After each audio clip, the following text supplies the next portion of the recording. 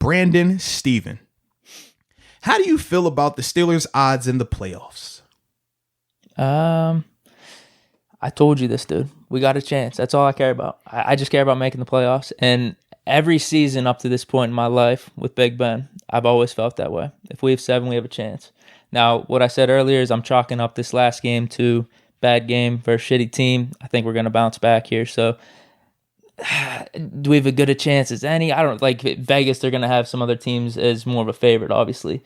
But in terms of my hope, come on, dude. I go off that eternal hope. We know what they said in Shawshank. Hope is a good thing.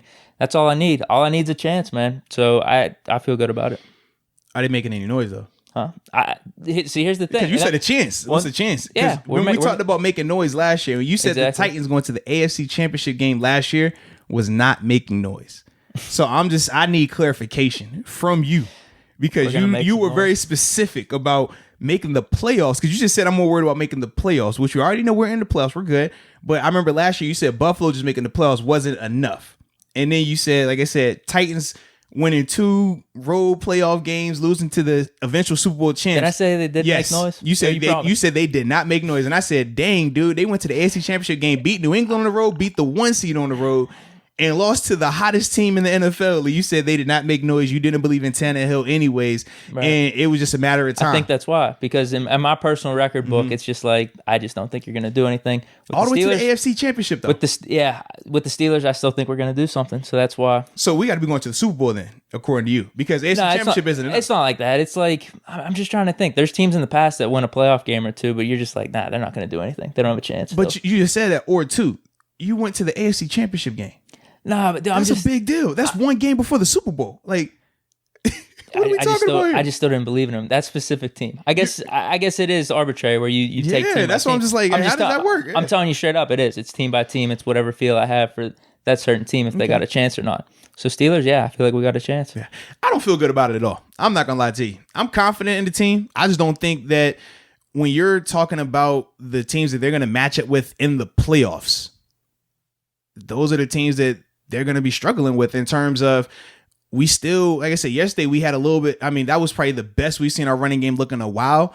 But to me, I mean, that's what you're supposed to do against the Bengals defense, right? We talked about these past couple of teams and how, they got a bad run defense. They got a bad run defense. They got a good, we struggled against good and bad rush defense. That was the first time we've looked good against a bad rush defense in forever. So to me, I don't know if that was, I chalked that up as more of a one-off and more of because it was the Bengals than us figuring out this running game, like even the Bengals, you got to think they were without their starting linebacker and Logan Wilson as well.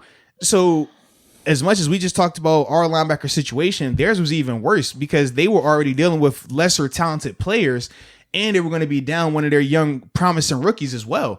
But to me, man, when you talk about some of these playoff teams they're going to face, I mean, let's be real. Are they going to beat a Buffalo, right? Would they beat that team that played last night? Would they beat Buffalo? That team that played last night, would they beat the Colts? That team that played last night, would they beat, let's see, who else is in there out the AFC? The Titans.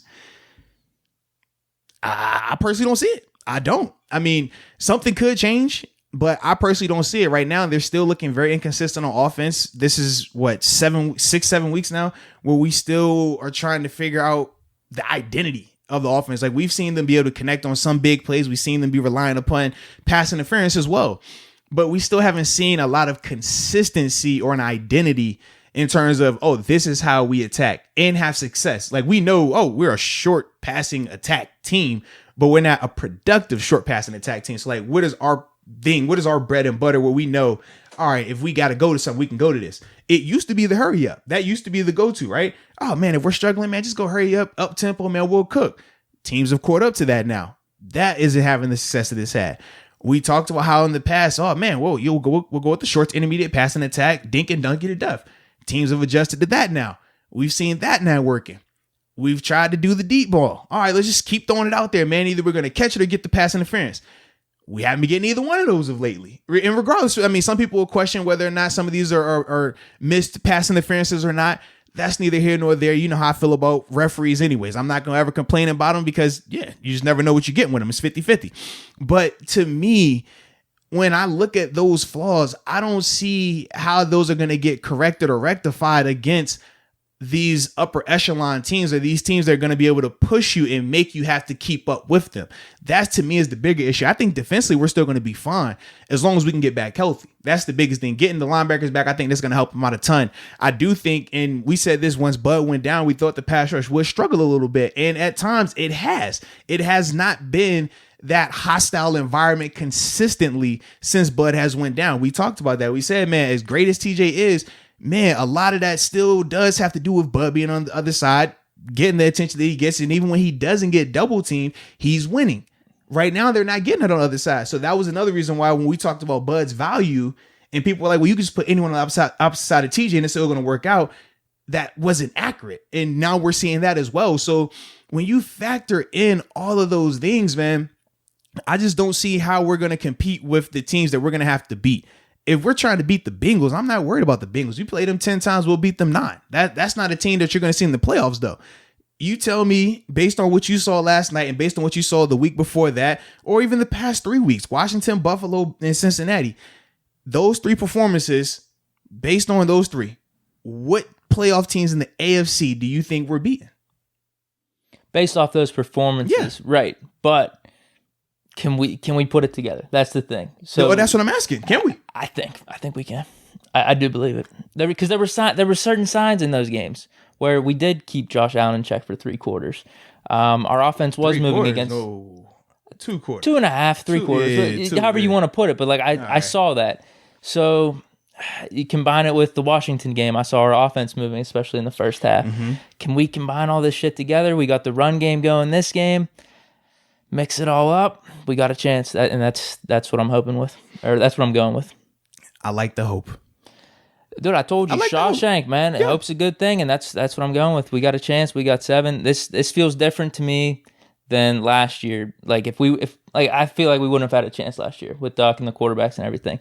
This year, at least we got 7. I know the past couple performances haven't been good, but it's just like that thing. You know what? We got a chance. We're gonna right the ship here some way or another. So I'm going down with the ship if it does go down, but I'm going with it if it goes up because I still think we got a chance. I'm with you, man. I'm with you. It's just crazy to think that, I mean, pretty much a lot of things were the exact same in these scenarios last year, right?